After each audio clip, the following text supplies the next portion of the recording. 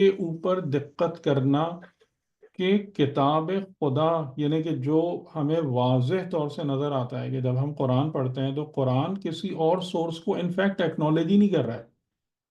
قرآن بس اتنا کہہ رہا ہے کہ پیغمبر کی اطاعت کرو، اتباع کرو، فالو کرو، یعنی سیرت و سنت پیغمبر ہے۔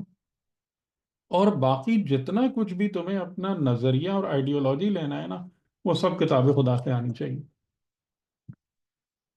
ٹھیک، تو یہ والا ایسپیکٹ، اس پر جب آپ غور کرتے ہیں، اس کو آپ اپنی بیس بناتے ہیں، تو وہاں سے الحمدللہ آپ بھی قرآن کریم پڑھ رہے ہوں گے، تو ادھر آپ کو یہ چیز، جیسے ہم نے بہت ساری جگہوں پر پوائنٹ آؤٹ کی، کہ اس کی اہمیت زیادہ ہے کہ آپ کی ایز اے ہیومن کوالٹی یا کریکٹرسٹک کیا ہے، آپ کے نفس کی حالت کیا ہے، آپ کے اندر صفات کس قسم کی موجود ہیں۔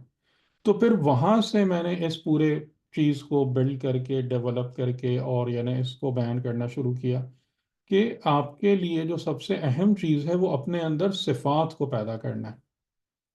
آپ صفات پیدا کیے بغیر اوپر سے جتنا بھی عمل کرتے رہیں گے وہ آپ میں ایبزورب ہی نہیں ہوگا، اور اس کا کوئی خاص اثر آپ کے اندر پیدا نہیں ہوگا۔ یعنی تھوڑا بہت وہی ہے کہ ہاں ٹھیک ہے، انسان میں کچھ نیکیاں آ جاتی ہیں، لیکن اب جیسا کہ ہمیں یہ بات نظر آ رہی ہے کہ جیسے ابھی یعقوب بھائی بھی جس پریشانی کا اظہار کر رہے تھے کہ ویسٹرن کلچر کے آن سلاٹ کی وجہ سے، جو تقریباً یعنی ہمارے تو انڈو پاکستان اور ادھر تو بالکل ہی گھس گیا ہے برے طریقے سے، کہ اس کی وجہ سے جو ہے نا ہمارا فیملی سسٹم بریک ہو رہا ہے، اور کافی حد تک ہو چکا ہے۔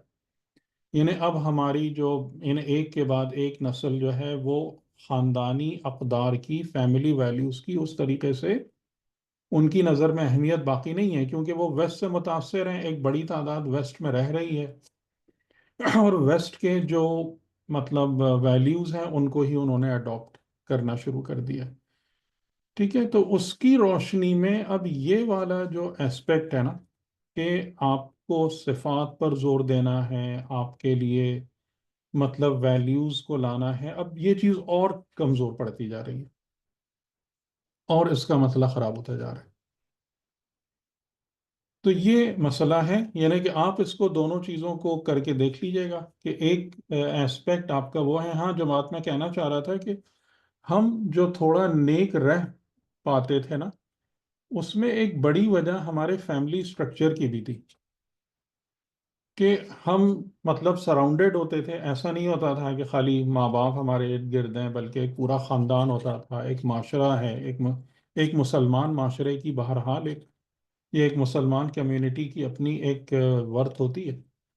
تو وہ سب چیزیں ہمیں بہتر رہنے میں مدد دے رہی تھیں۔ اب رفتہ رفتہ کر کے وہ سب ٹوٹتا جا رہا ہے۔ تو آپ اس بات کو دیکھ لیں گے کہ یہ والا جو فارمولا ہے نا کہ یہ کر لو یا فلاں کر لو یا خالی دعائیں پڑھ لو یا اتنی وظیفے انجام دے لو، یہ چیز کتنی زیادہ فیل ہوتی چلی جائے گی، اور ہو رہی ہے۔ یہ آپ کو نہیں بچا پائیں گے، یہ طریقے آپ کو نہیں بچا پائیں گے جب تک آپ اپنے نفس میں صفات پر اور اپنی ذات میں گھس کر وہاں کی خرابیوں کو ایڈریس نہیں کریں گے، وہاں پر اچھی صفات کو انکلکیٹ کرنے کی کوشش نہیں کریں گے، اس وقت تک مسئلہ حل نہیں ہوگا۔ کیونکہ یہ جو اب آن سلاٹ ہے چاروں طرف سے، اور جو یعنی جس کی بنیادی، یعنی اس کی بنیاد میں دو چیزیں، پہلا تو یہ کہ مذہب کا ہی انکار کر دو، مذہب اور دین کو ہی ختم کر دو۔ دوسرا، اگر آپ مذہب اور دین لے کے چل بھی رہے ہیں تو ویلیوز ختم ہو جائیں گی۔ وہ ویلیوز ہرگز باقی نہیں رہیں گی جن ویلیوز پر اسلام آپ کو باقی رکھنا چاہتا ہے۔ یہ ہے، تو اس لحاظ سے یہ تمام کی تمام چیزیں جو ہے نا یہ کافی دور رس ہیں۔ اس کے آپ کو لانگ رن میں کافی نتائج میں فرق ملے گا ان دونوں اپروچز کا، کہ آپ خالی وہ اس طرف لے کے جائیں کہ جی فلاں عمل کرو، یہ کام کرو، یہ دعائیں پڑھو، یہ عبادتیں کرو، یا یہ کہ آپ جو ہے نا اپنا مین فوکس اپنے نفس کی تہذیب و تربیت اور اس کے اندر خراب صفات کو نکالنا، پاکیزہ صفات کو پیدا کرنا، خدا سے تعلق، خدا سے محبت، کتاب خدا سے اسٹرکٹلی جڑنا، سنت معصوم پر نظر رکھنا، نہ کہ خالی معصوم کے حوالے سے کہانیاں سنتے رہنا. تو یہ اپروچ اور وہ اپروچ، تو دونوں میں آپ دیکھیں گے کہ بہت بنیادی فرق ہے، بہت بڑا فرق ہے. اور اسپیشلی ان دا اینڈ، کہ جب انسان آخری، یعنی کہ جو ہماری یہ ایک میدان ہے، جب اس کے آخر میں ہم پہنچیں گے اور اپنے دیکھیں گے کہ ہم نے یہاں رہتے ہوئے کیا کمایا کیا گنوایا، تو یہ فرق بہت واضح طور سے نظر آئے گا. جی یہ بات تو بالکل آپ نے صحیح کی، اور اس کو دل بھی مان رہا ہے. میں اگین اپنا ذاتی تجربہ کہ کئی سالوں سے اس طرح کے لائک ٹٹ بٹس کے اوپر چل رہا تھا، لیکن یہ ابھی مجھے تو یہ 8واں 10واں لیکچر یہ آپ کا سن رہا ہوں، رمضان شروع کیا، تو یہ frame work is helping me a lot. تو میرا سوال بھی اسی حساب سے تھا، یہ نہیں کہ this approach versus that approach. میں جو پوچھنا چاہ رہا تھا کہ اور یہ جن علماء کی آپ بات کرتے ہیں ان کی نہیں، میرے ذہن میں بھی جو صحیح عالم ہیں اور عرفاء ہیں، مثلاً جی علامہ طباطبائی کا وہ جو خط انہوں نے نوجوان کو بھیجا، جی یا جی آیت اللہ امینی نے اپنی کتاب میں قاضی طباطبائی صاحب کا، اور باقی کہ ہوں ان کا ہوں یہ تھا، ان کا. میں اپنی سمجھ کے لیے اور اپنی بہتری کے لیے یہ پوچھ رہا تھا کہ یہ آپ نے جو فریم ورک دیا ہے، یہ دیٹ از ایبسولوٹلی مسٹ، اور آئی تھنک دیٹ از دا ہوں اسٹارٹنگ ہوں پوائنٹ. آئی ایم ہوں کمپلیٹلی کنوینسڈ آف دیٹ. اب میں کوشش کر رہا ہوں کہ جو باقی چیزیں جو اچھے علماء جن کو میں مانتا تھا اور رفا ہوں کو، ہوں. کہ ان سے جو کچھ دیکھا، وہ جو ٹکڑوں میں میرے ذہن میں آ رہا تھا، اس کو میں اس فریم ورک کے اوپر کس طرح بٹھاؤں. یہ جو ڈھانچہ دیکھیں، آپ نے دیا، اس کے اوپر آپ کو گوشت کس طرح الگ سے ڈالوں. جی نہیں، اس میں دیکھیں، میں اسی لیے تو میں نے آپ سے کہا نا کہ وہ جو چیز جس کی آپ بات کر رہے ہیں، بہرحال وہ ایک، وہ نہیں ہے، یعنی کہ وہ ایک پوری اپروچ ہے. ٹھیک ہے، اور یہ دونوں جو اپروچز ہیں یا ٹریکس ہیں، یہ بہرحال ایک دوسرے سے الگ ہیں. یعنی اب جو مثال کے طور پر، کہ اگر آپ اس چیز پر آتے ہیں اور محنت کرتے ہیں صفات اور تعلق بخدا، جو کہ مینلی ان عرفا نے بات کی ہے، اور ہمارے پاس عرفا کے حوالے سے بھی جو بات آتی ہے نا، وہ بٹس اینڈ پیسز میں آتی ہے. ٹھیک ہے، یہ ایک پرابلم ہے کہ اس میں کہ جی فلاں مرزا علی قاضی نے یہ بول دیا کہ یہ وظیفہ پڑھ لو، وہ وظیفہ پڑھ لو، یہ کام کر لو. تو یہ کرامت نہیں ہے، آیت اللہ بہجت نے یہ دعا بتا دی، وہ چیز، وہ زیارت ریکمینڈ کر دی، اس سے نہیں ہوتا. بلکہ وہاں بھی وہی ہے. دیکھیں، ہم لوگ جو سب سے بڑی غلطی ہی کر رہے ہیں نا، وہ اسی جگہ پہ کر رہے ہیں کہ ہم اپنا پورا جو مینٹل اور اسپریچول انفراسٹرکچر ہے، جو ہمیں قرآن سے لینا ہے، انفراسٹرکچر کی بات میں کر رہا ہوں، یعنی پورا آپ نے اس کا پوری عمارت اٹھانی ہے، پوری چیز ہے وہ ہم قرآن سے نہیں لیتے. اور اس کے بعد اس پر جو ورک کرنا ہے وہ ہم سنت سے نہیں لیتے. میری بات واضح ہو رہی ہے؟ جی بالکل. سنت کا مطلب زندگی ہے. سنت کا مطلب ایک دو چیزیں ادھر ادھر سے اٹھانا نہیں ہے.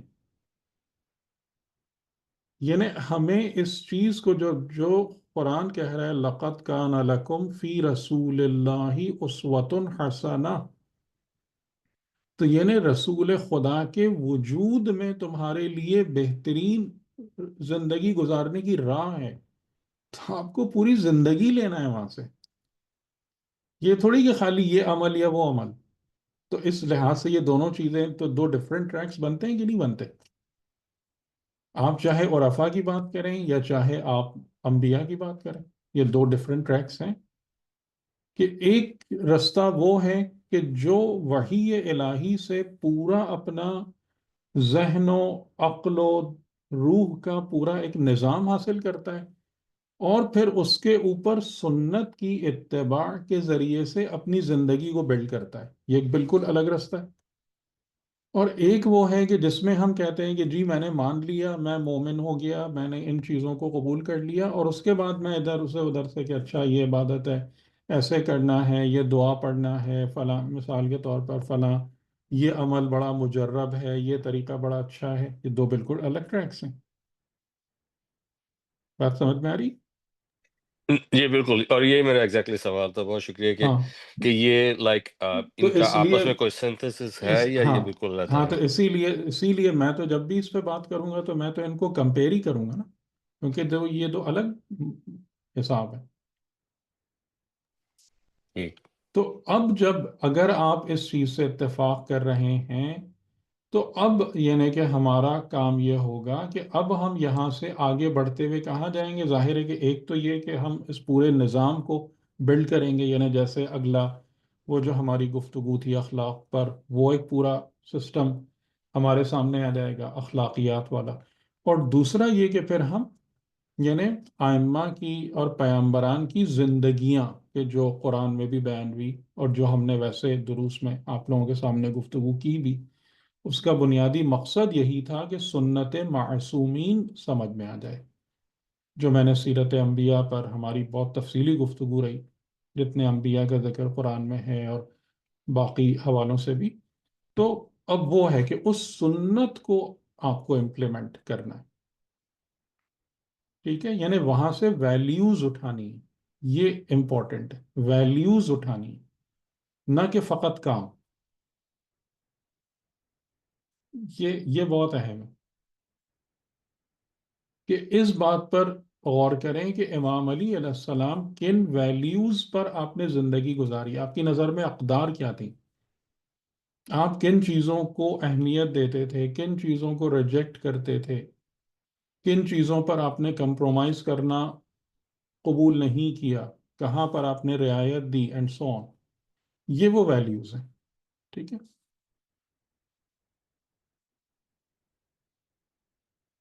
اچھا جی، اور کوئی کوشچن اگر ہو تو؟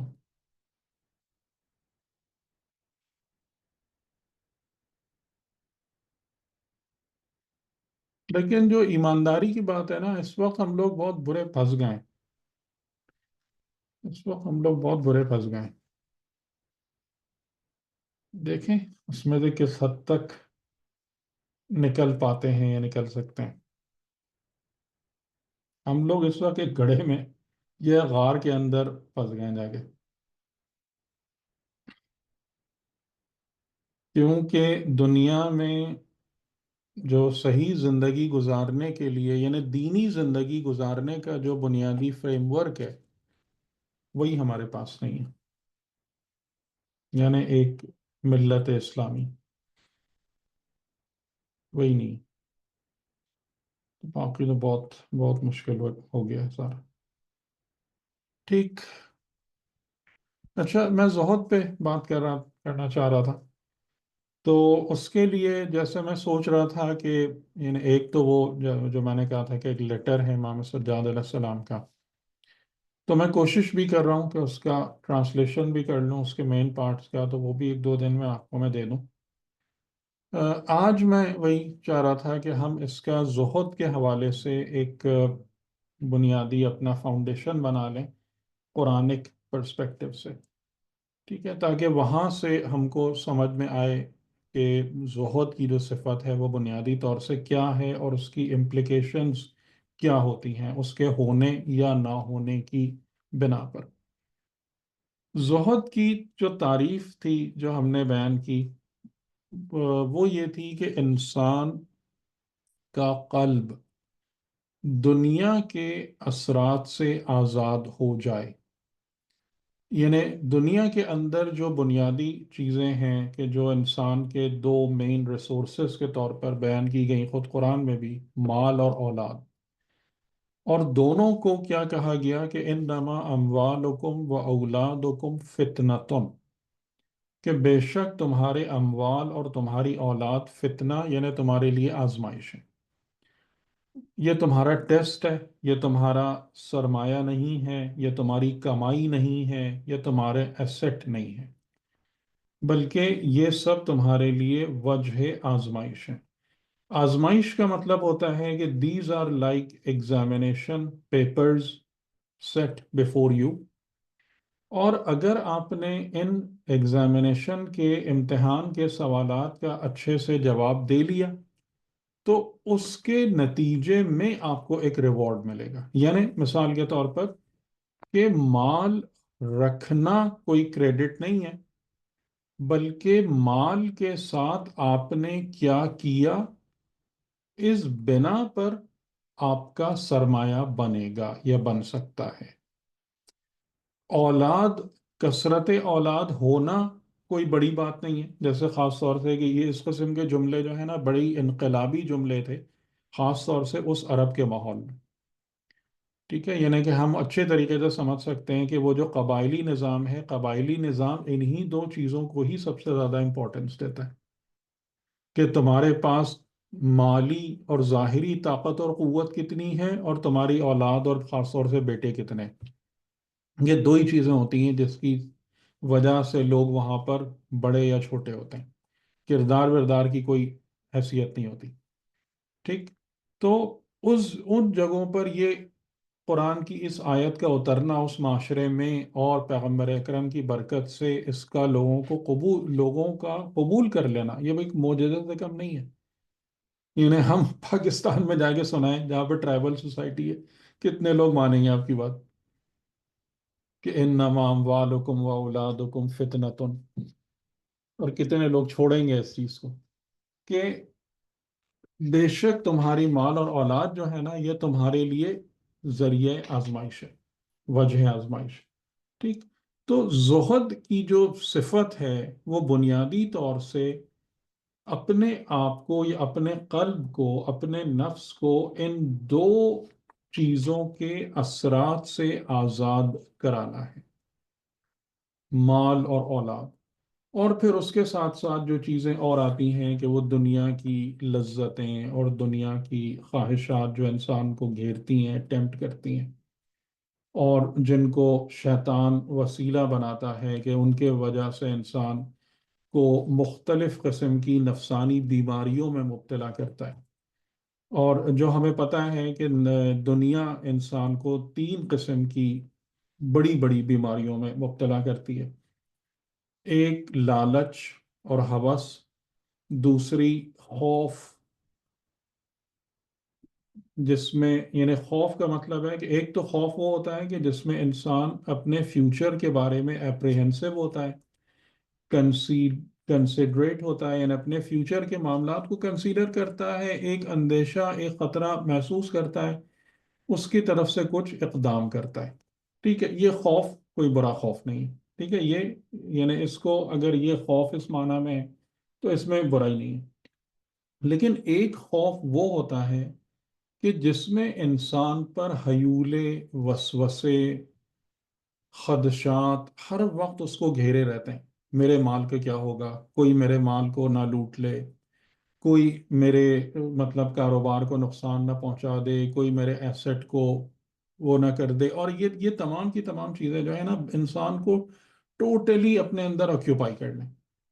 تو شیطان انسان کو اس قسم کے خوف میں مبتلا کراتا ہے، اور یہ خوف آبویسلی آپ سمجھ ہی رہے ہیں کہ یہ ان چیزوں کی محبت کی وجہ سے پیدا ہوتا ہے، کہ یعنی وہ چیزیں جو ہاں آج ہم تھوڑا سا قرآن میں بات بھی کریں گے کہ یہ تمام باتیں کہاں سے ہوئی ہوتی ہیں۔ تو ایک خوف ہے، ایک لالچ اور ہوس ہے، اور تیسرا انہی خواہشات کی بنیاد پر فحشا اور بے حیائی،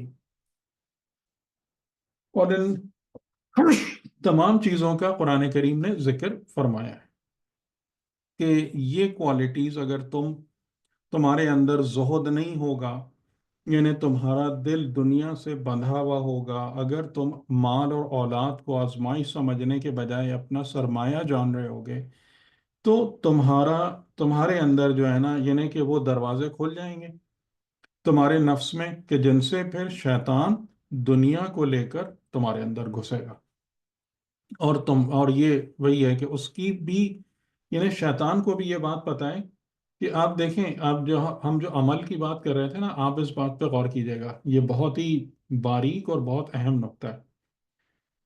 میں آپ لوگوں سے ایک سوال کرتا ہوں، آپ نے اپنی زندگی میں کیا بات محسوس کی ہے لوگوں کو دیکھ کر یا اپنے اندر کہ شیطان آپ سے برا کام کروانا چاہتا ہے یا آپ کے اندر بری صفت پیدا کرانا چاہتا ہے؟ اور جب بری صفت پیدا ہو جائے گی تو برا کام انسان خود بخود ہی کرے گا۔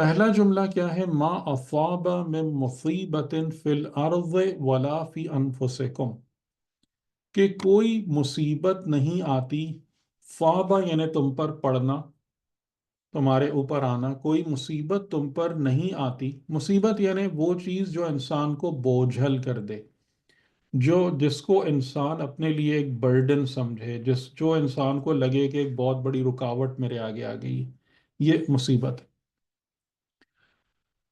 تو زمین میں یعنی جو تمہارے اطراف ہے، تمہارے انوائرنمنٹ میں سے کوئی مصیبت، اور ولا فی انفسکم، اور تمہارے اپنے نفس میں سے کوئی مصیبت، یعنی جو چیزیں ہماری ریلیشن شپس کی وجہ سے ہمارے اوپر مشکلات آتی ہیں، جیسے اپنے اعزاء و اقربا کی بیماری، دکھی، موت، یا کوئی اور پریشانی، تو جن کا اثر ہمارے باقاعدہ نفس سے جڑا ہوا ہے، یا جو چیزیں ہمارے لیے مشکلات اور پریشانیاں بن جاتی ہیں ہمارے انوائرنمنٹ میں سے، فی الارض، جو نیچرل ڈیزاسٹرز بھی ہو سکتے ہیں اور باقی چیزیں بھی ہو سکتی ہیں۔ الا فی کتاب من قبل ان نبرأها، اب یہ جملہ بڑا عجیب ہے اور اس کو ہضم کرنا بہت مشکل ہے مسلمانوں کے لیے بھی۔ الا نہیں ہے، مگر فی کتابن، ایک کتاب میں، یعنی اب یہ کتاب کون سی ہے؟ یہ کتاب خدا ہے یا کتاب تقدیر ہے، اس کو آپ بھی کہہ لیں کہ یعنی خدا کے علم کی کتاب ہے یہ، جس میں خدا نے اپنے علم کے مطابق ہماری زندگیوں کے رستوں کو تحریر کیا ہے اور محفوظ رکھا ہے، جس کو لوح محفوظ وغیرہ کے اس سے بھی تعبیر کرتے ہیں۔ یہ تمہارے اوپر کوئی مصیبت نہیں پڑتی مگر یہ کہ وہ کتاب میں ہے، من قبل ان نبرأها، اس سے پہلے کہ ہم اس کو ایگزسٹنس میں لائیں،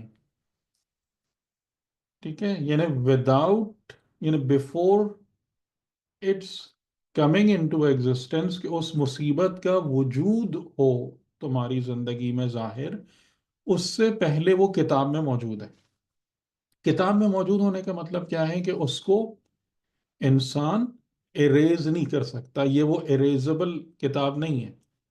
یعنی یہ چیز ہے کہ جیسے خدا نے جب میری زندگی بنائی، جب مجھے اس دنیا کے اندر پیدا کیا یا میری زندگی شروع ہوئی، تو اس کے ساتھ ساتھ ہی میری ایک تقدیر بھی بن گئی، یعنی میرے لیے میری زندگی کا ایک پورا فریم ورک بھی بن گیا، ایک رستہ بن گیا۔ وہ فریم ورک کس بنیاد پہ بنا؟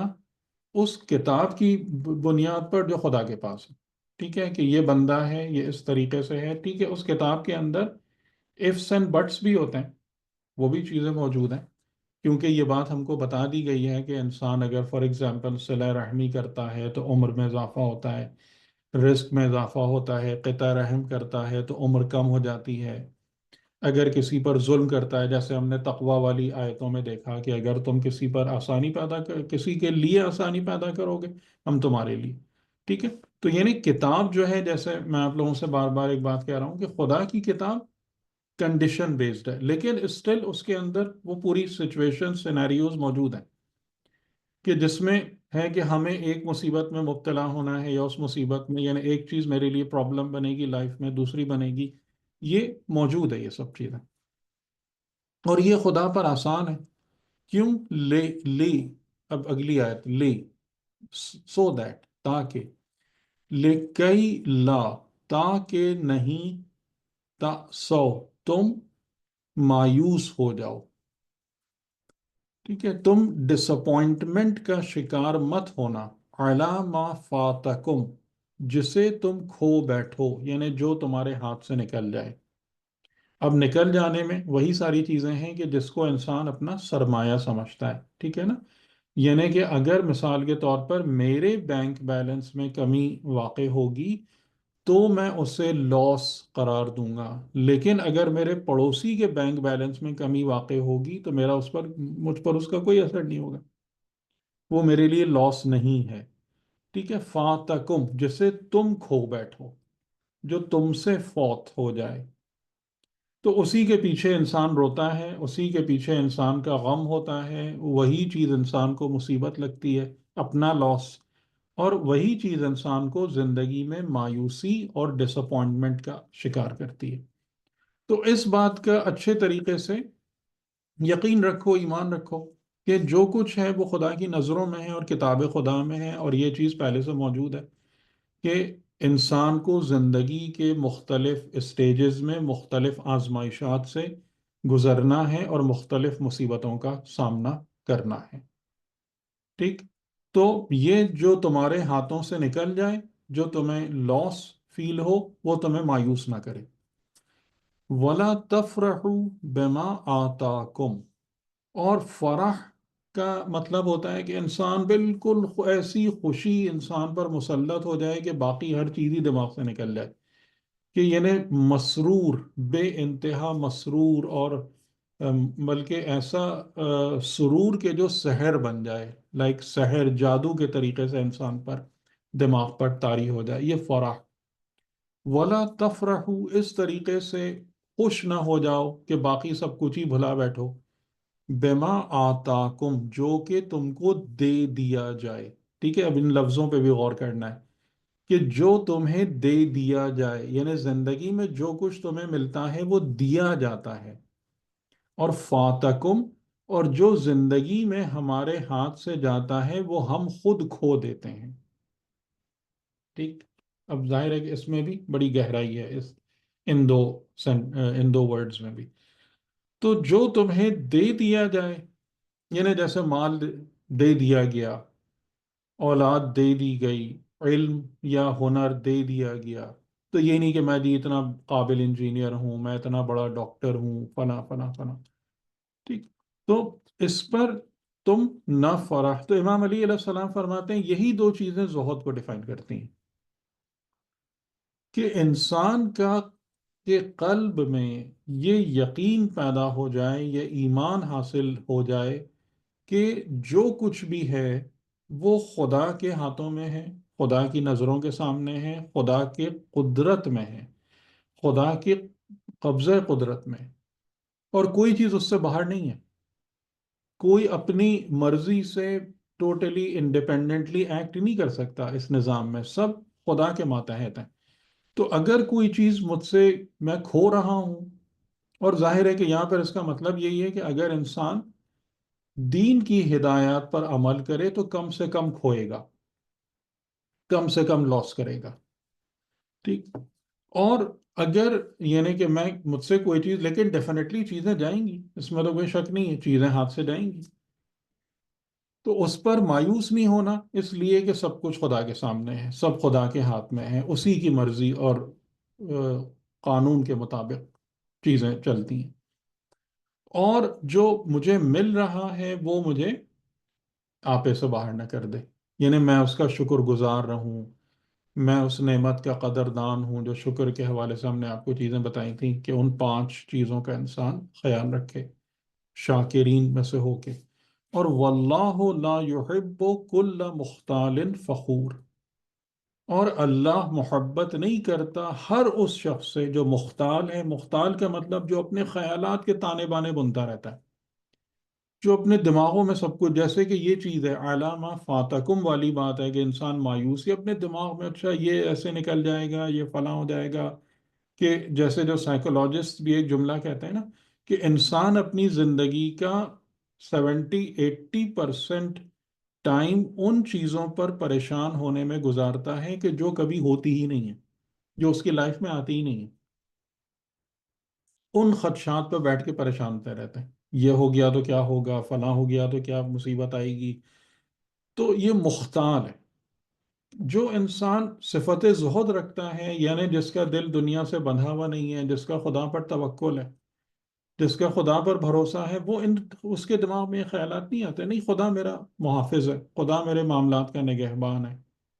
یہ یعنی جس طریقے سے میں نے آپ لوگوں کو شاید سنایا تھا، آپ لوگوں کو تو نہیں، ویسے اپنے دروس میں نے 2-3 دفعہ ذکر کیا ہے امام خمینی کا، کہ جب ان کے بڑے فرزند جو واقعی لائق ترین ان کے بیٹے تھے، مصطفیٰ، یعنی جیسے ہوتا ہے نا ایک اولاد ہوتی ہے جو آپ کی زندگی کا پھل ہوتی ہے، مصطفیٰ جو ان کے بڑے بیٹے تھے وہ بھی بڑے عارف انسان تھے، عالم تھے، نجف میں ان کے ساتھ تھے۔ تو تقریباً 1978 میں کہ جب بہت زیادہ یعنی کہ جب انقلاب بڑھنے لگا تو ظاہر ہے کہ پھر ان کو شاہ وغیرہ کو مسائل ہوئے اور انہوں نے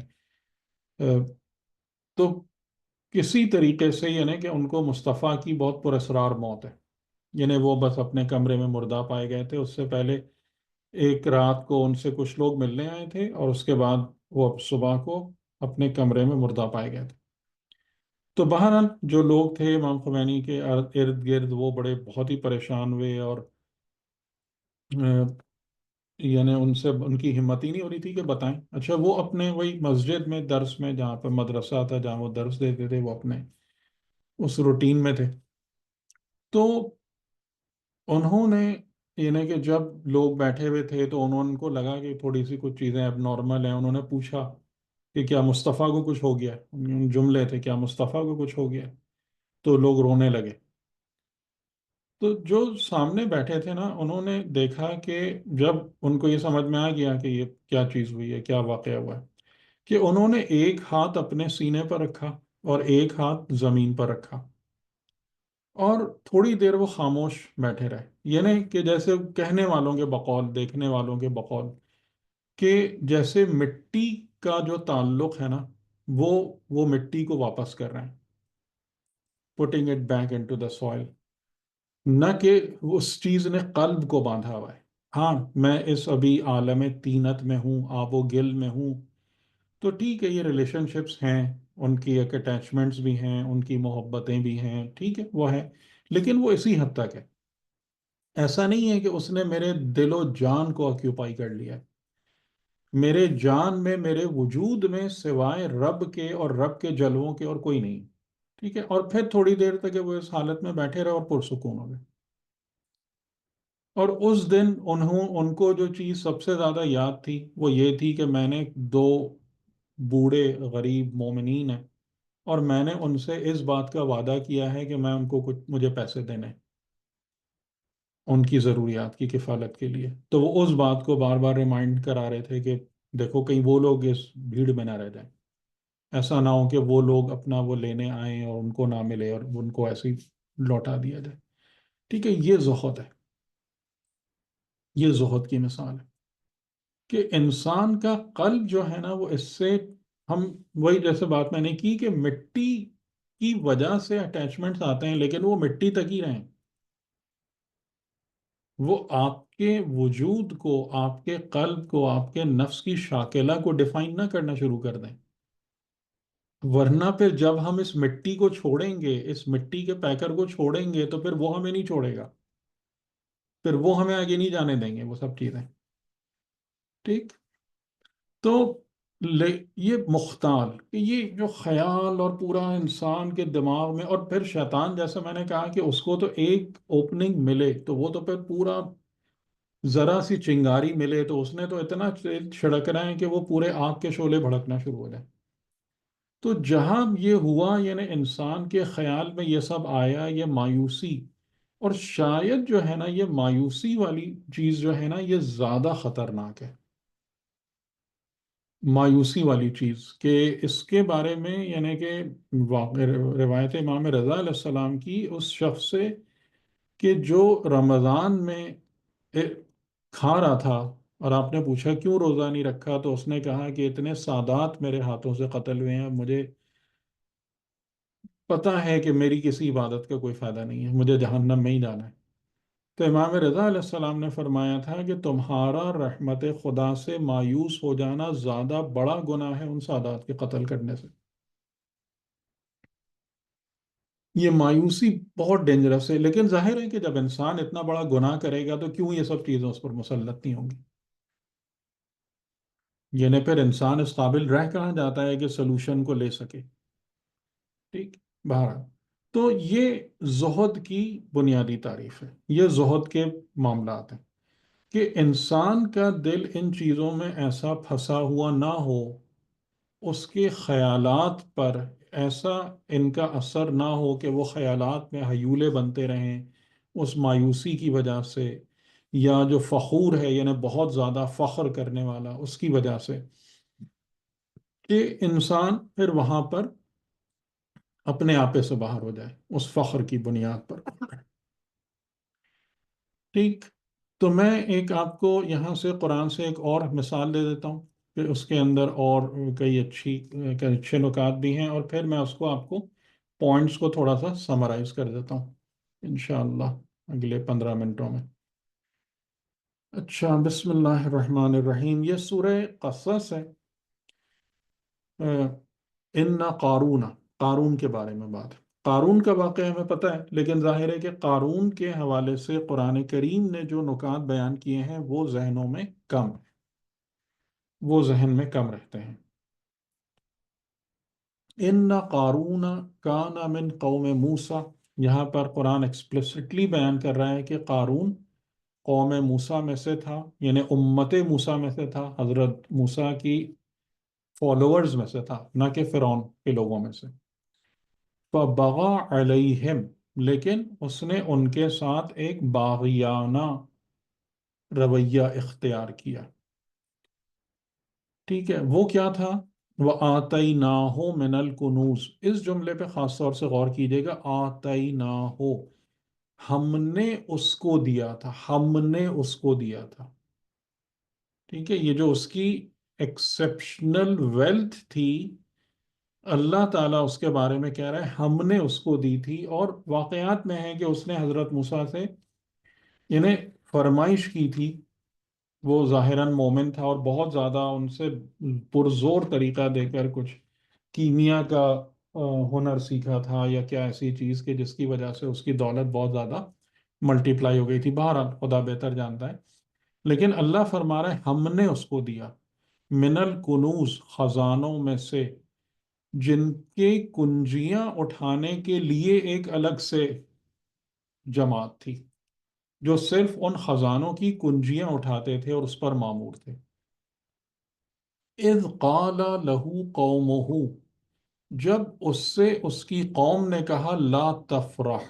اب یہ تفرح یہ اس سے کنیکٹ ہو رہا ہے جو میں نے ابھی آپ کو سورہ حدید کی آیت میں دکھایا تھا کہ یعنی اتنی اس قدر دولت لے کر، اور اب آپ اس کو سمجھ سکتے ہیں کہ یعنی ایروگنٹلی، پومپسلی کس طریقے سے وہ اپنی دولت کا اظہار کرتا ہوا، مظاہرہ کرتا ہوا، اور پھر دوسرے لوگوں کو اپنے سامنے گویا کہ حقیر وہ کرتا ہوا وہ اپنی شان و شوکت کے ساتھ نکلتا تھا. تو اس کی قوم میں کچھ لوگوں نے یا قوم نے اس کو کہا لا تفرح، اس طریقے سے بہیو مت کرو، اس فرح ناکی کا مظاہرہ نہ کرو. ان اللہ لا يحب الفرحین، یہ ابھی ہم نے پڑھا نا وہاں پہ کہ خدا ایسوں کو، فخور کو، یعنی جو فرح کا شکار ہو جاتا ہے وہ فخور ہوتا ہے، یعنی بہت زیادہ فخر اور غرور میں مبتلا ہو جاتا ہے اور اس کو ڈسپلے کر رہا ہوتا ہے اپنے فخر و غرور کو. بے شک اللہ ان فرحین سے محبت نہیں کرتا. وَابْتَغِ، یہ جملہ بہت اہم ہے کہ زہد جو ہے نا وہ ہمیں یہ بھی سکھاتا ہے کہ دنیا میں کیسے رہنا ہے. یہ بھی زہد کا ایک بڑا امپورٹنٹ آؤٹ کم ہے جو اس آیت میں نظر آ رہا ہے. وَابْتَغِ، تلاش کرو، سیکھ، ڈھونڈو، فی ما آتاک اللہ، جو کچھ تمہیں اللہ نے دیا. اچھا، جو کچھ تمہیں اللہ نے دیا، ہمیں اگر کوئی شخص انتہائی غریب بھی ہے نا، جس کے پاس کوئی بھی مال نہیں ہے، تب بھی وہ خدا کی طرف سے دو ایسٹس اس کے پاس ہیں. ایک اس کے بدن اور دماغ کی قوت اور صلاحیت، اور دوسرا وقت، ٹائم.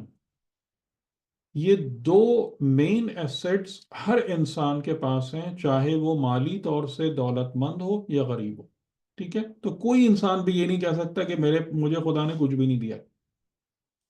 ہر انسان کے پاس منیمم اور یہ دو ایسٹس ہی ہیں کہ جن سے حقیقتاً دولت بنتی ہے یا انسان ویلدی ہوتا ہے. تو جو اللہ نے تم کو دیا ہے اس سے کیا تلاش کرو؟ دار الآخرہ، کہ دنیا میں کیسے رہنا ہے. کہ اگر اللہ تعالیٰ نے مجھے مال اور اولاد دی ہے، اگر اللہ تعالیٰ نے مجھے بدن اور دماغ کی قوت دی ہے، تو مجھے اس کو لے کے نہیں بیٹھے رہنا کہ جی میں بڑا قابل، میں بڑا عالم، میرے اتنے بیٹے یا میرا مال. اس کو آپ کو ہر وقت یوز کرنا ہے دار آخرت کا سرمایہ ایکومولیٹ کرنے کے لیے. اس کو تلاش کرنا ہے. وابتغی، جو اللہ نے تم کو دیا ہے اس کو، اس سے تمہیں کیا کرنا ہے؟ دار آخرت ڈھونڈنا ہے، دار آخرت. ٹھیک ہے، یہ اہم پوائنٹ. اور یہ بغیر صفت زہد کے پیدا ہوئے نہیں ہوگا، کیونکہ صفت زہد نہیں ہوگی، دل کی زنجیریں، دل میں زنجیریں بدھی رہیں گی ادھر ادھر سے، وہ اتنا پل کریں گی ہمیں کہ سوال ہی پیدا نہیں ہوتا کہ ہم ان چیزوں کے ذریعے کو ہم خالی اس نظر سے دیکھیں کہ میں آخرت میں اس سے کیا بنا سکتا ہوں. وَلَا تَنْسَ نَصِيبَكَ مِنَ الدُّنْيَا، اور دنیا میں سے اپنا نصیب مت بھولو. ٹھیک ہے، اس جملے کو کافی لوگ غلط طریقے سے سمجھتے ہیں، اور پھر وہی بات آ جاتی ہے کہ جی دین دنیا دونوں ساتھ ہیں، دیکھیں خدا کہہ رہا ہے کہ دنیا. لیکن اگر آپ اس کو تھوڑا سا غور کریں گے نا، تو آپ کو ایک بات یہ سمجھ میں آئے گی کہ نصیبکت دنیا نہیں ہے، جیسے الدار الآخرہ ہے، یعنی دار آخرت کو ڈھونڈو، دار آخرت تلاش کرو. یہاں یہ نہیں ہے کہ دنیا تلاش کرو. نصیب یعنی اپنا حصہ، منت دنیا، دنیا میں سے. اب ہمیں یہ غور کرنا پڑے گا کہ دنیا میں سے میرا نصیب کیا ہے یا میرا حصہ کیا ہے.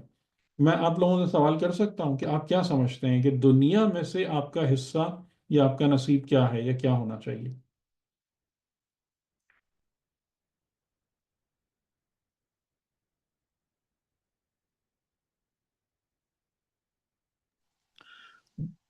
پستی سے کرامت تک بڑھنا.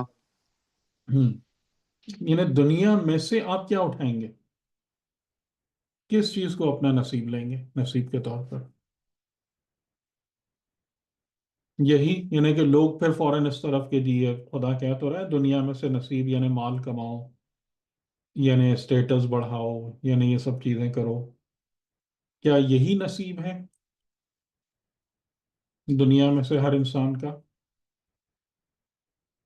نہیں، وہی جس صفات پیدا کرنا جو آخرت میں کام آئے. ہاں، صفات پیدا کرنا. اور اگر آپ پیورلی دنیا کے نصیب کی بات کرتے ہیں نا، تو وہ آپ کی نیک نامی اور اچھا ذکر ہے.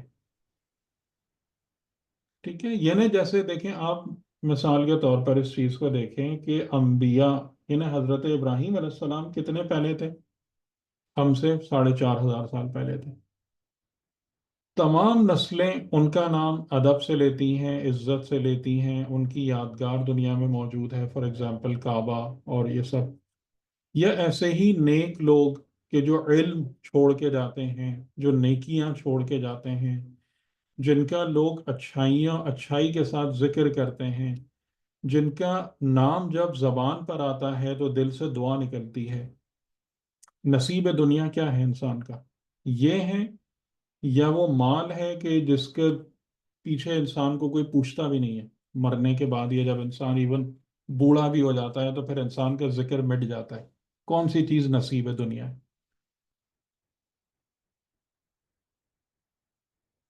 ہم؟ بات واضح ہو رہی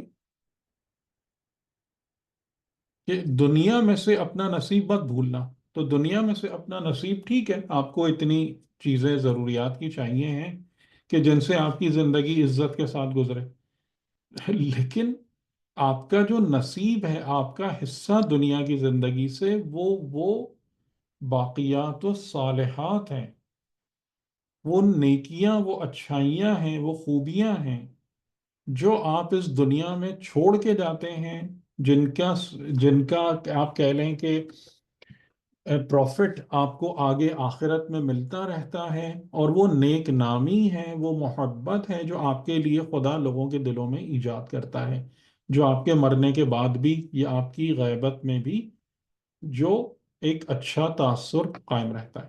تو ٹھیک ہے، اب یہ ہمارے اوپر ہے کہ ہم نصیب دنیا سے کیا سمجھیں. جو بات ہمیں سمجھ میں آ رہی تھی وہ ہم نے آپ کے سامنے رکھی. اور وہ نیکی کرو لوگوں کے ساتھ جیسے اللہ نے تمہارے ساتھ نیکی کی، اور وَلَا تَبْغِ الْفَسَادَ فِي الْأَرْضِ، اور زمین میں فساد پھیلانے کی کوشش مت کرو.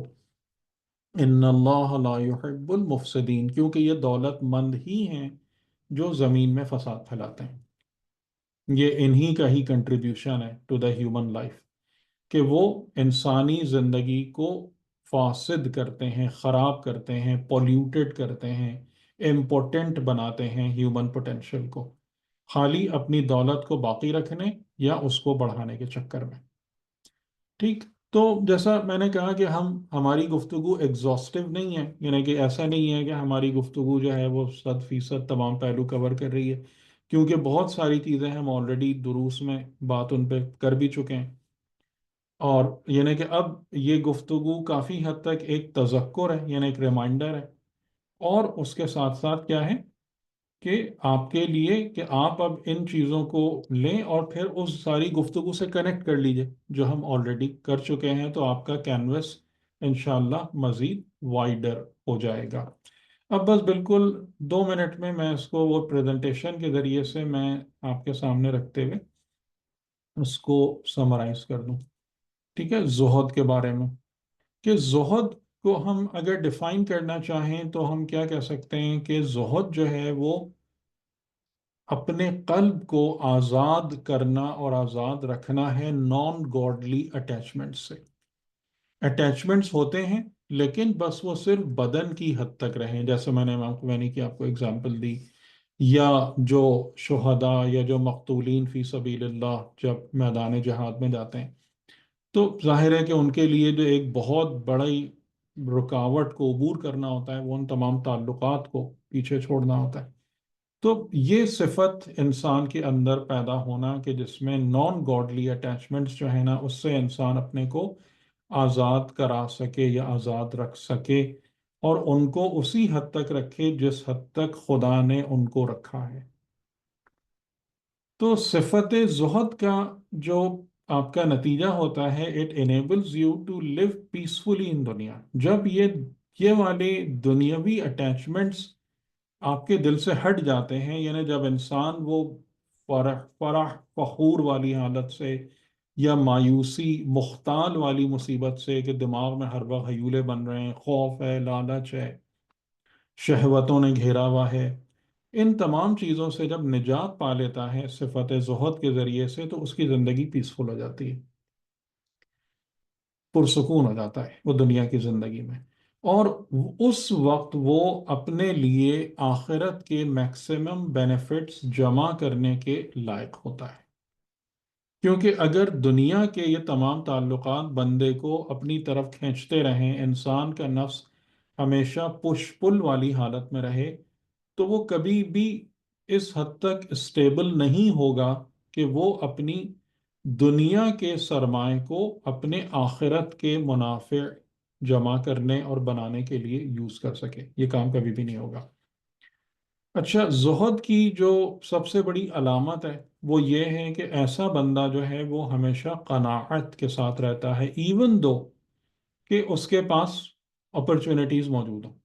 ٹھیک ہے، میرے پاس اپرچونٹیز موجود ہے، آپ ہائی لیول پروفیشنل ہیں، ٹھیک ہے، بہت اچھی بات ہے، آپ کاروبار کر رہے ہیں، آپ کے پاس فار ایگزامپل ملینز آ رہے ہیں، لیکن اس کا مطلب یہ نہیں ہے کہ میں جو ہے نا اپنا گھر اپنی ضرورت سے 10 گنا بڑا بناؤں، میں یہ ساری چیزیں اس طریقے سے جمع کروں.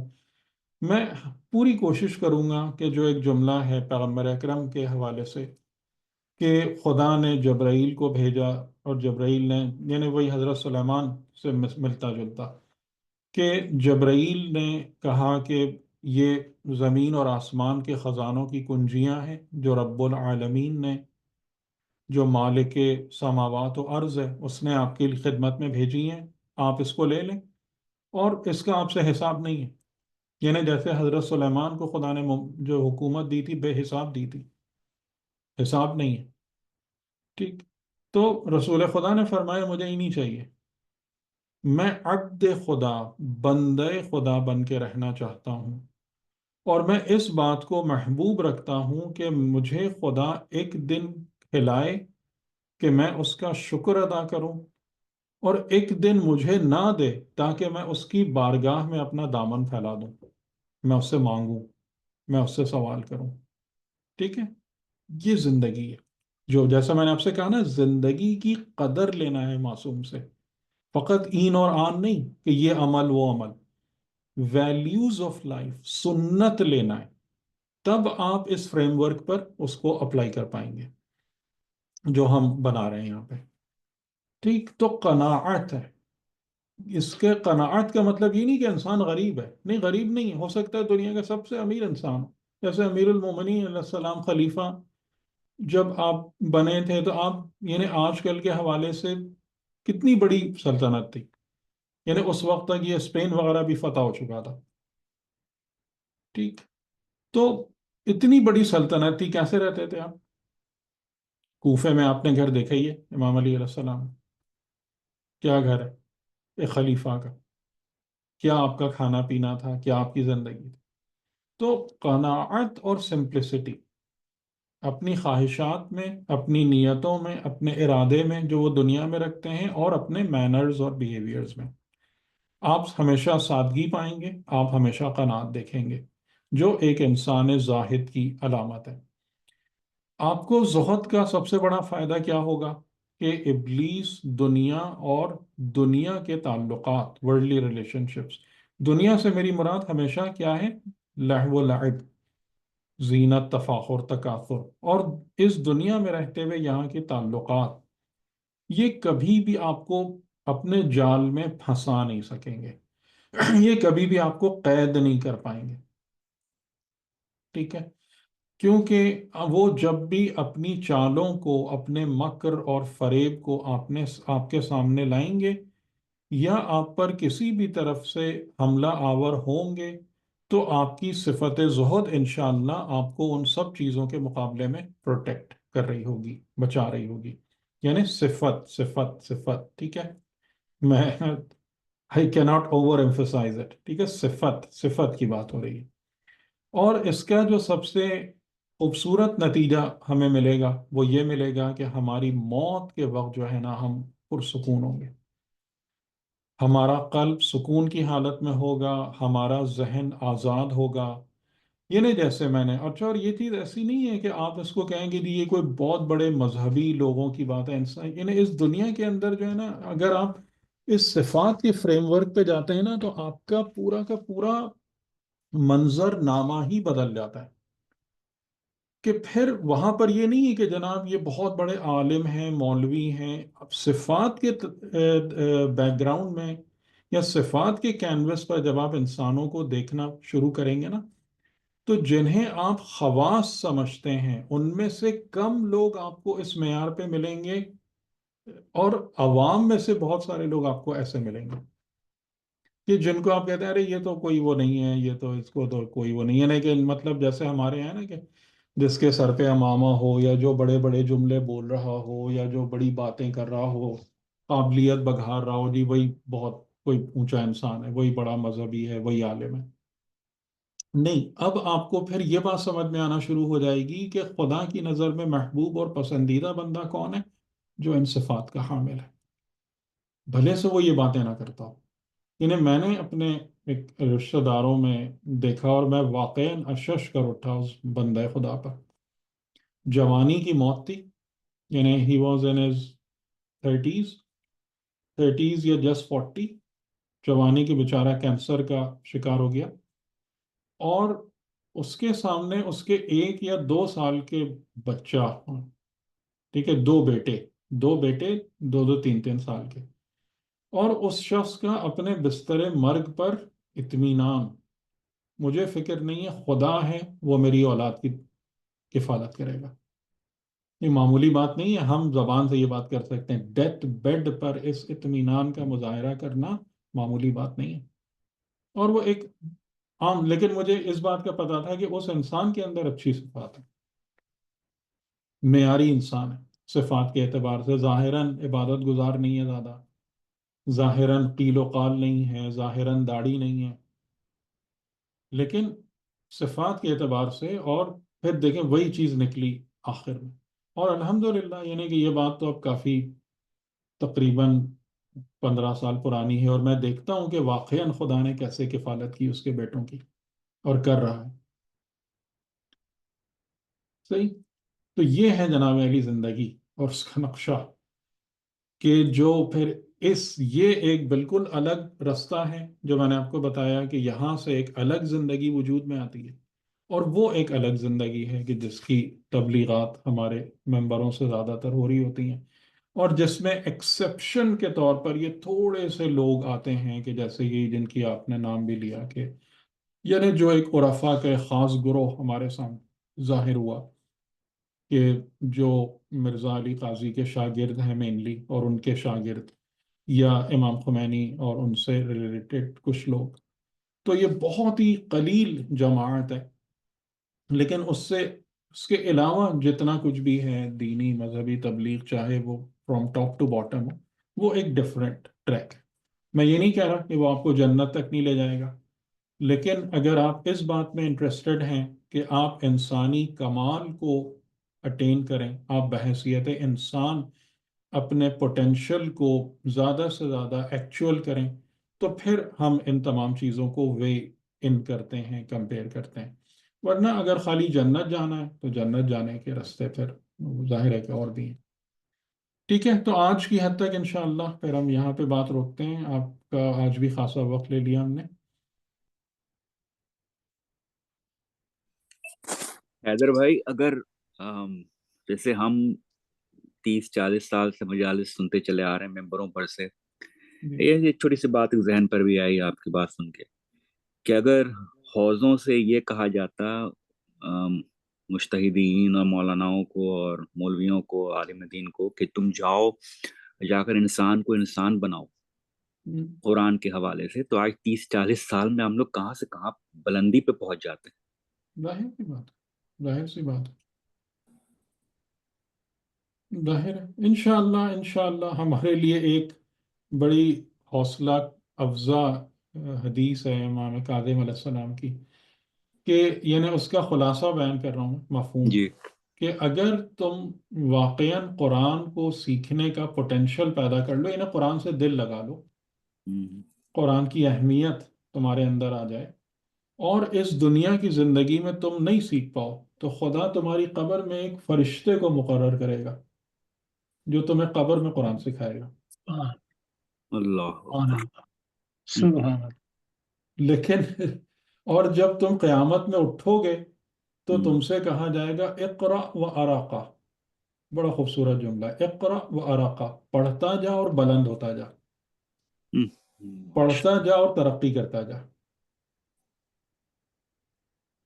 تو کم از کم ہم اتنا تو کر سکتے ہیں نا، بے شک کہ زندگی. اگر ہمیں زندگی کے جس حصے میں بھی آیا ہے، مطلب شعور آیا ہے، تو ہم کم از کم صحیح چیز کو ایکسیپٹ تو کر لیں نا. جی. یعنی اس کو اپنے دل سے قبول تو کر لیں کہ بھئی یہ بات صحیح ہے، ٹھیک ہے ہم نے غلط کیا، اور اس پر جتنا ہم آنے کی کوشش کر سکتے ہیں. بے شک بالکل. لیکن یہ تو بہت مسائل ہیں، یعنی میں کیا کہوں، میرا تو دل کٹ کے رہ جاتا ہے بالکل ان سب چیزوں کو دیکھ کے. اور اسی مطلب ہمارے یہاں جیسے لوگ کہتے بھی ہیں کہ آپ مطلب بعض اوقات سخت بات سخت جملہ کیوں کہتے ہیں، تو اب اس کو انسان کیا کرے، کیسے نہیں کہے، آپ مجھے بتائیں. آپ کے دل کو تکلیف نہیں ہوتی یہ سب کیا ہو رہا ہے؟ بتائیں. بالکل. اتنے اتنے سارے لوگ جو اچھے جذبات رکھنے والے مومنین ہیں، ہم، اچھا فہم رکھنے والے لوگ ہیں، ان کی ذہنی صلاحیتوں کو، ان کے وقت کو کس طریقے سے برباد کیا جا رہا ہے، ذبح کیا جا رہا ہے. تکلیف نہیں ہوتی آپ کو اس پہ؟ ہم.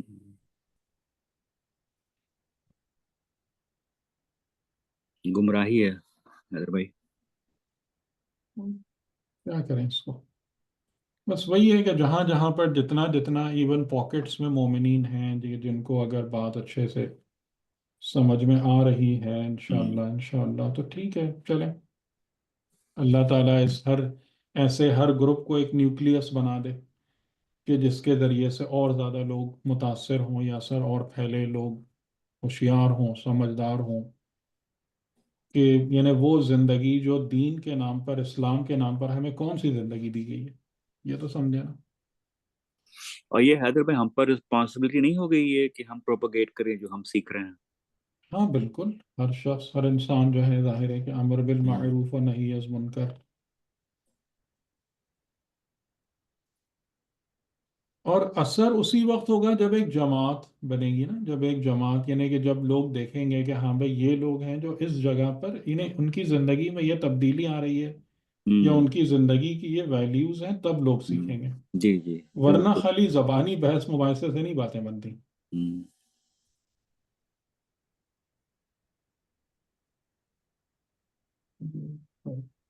چلیے انشاءاللہ پھر کل ملاقات ہوتی ہے آپ حضرت انشاءاللہ سے، تو کل ہم انشاءاللہ اپنا آخری سیشن رکھیں گے رمضان کا، اتنا جلدی کیوں جس ختم کر رہے ہیں حیدر بھائی؟ ابھی ایک تو جس حد تک میرے خیال ہے گفتگو بھی بہت نہیں ہو گئی۔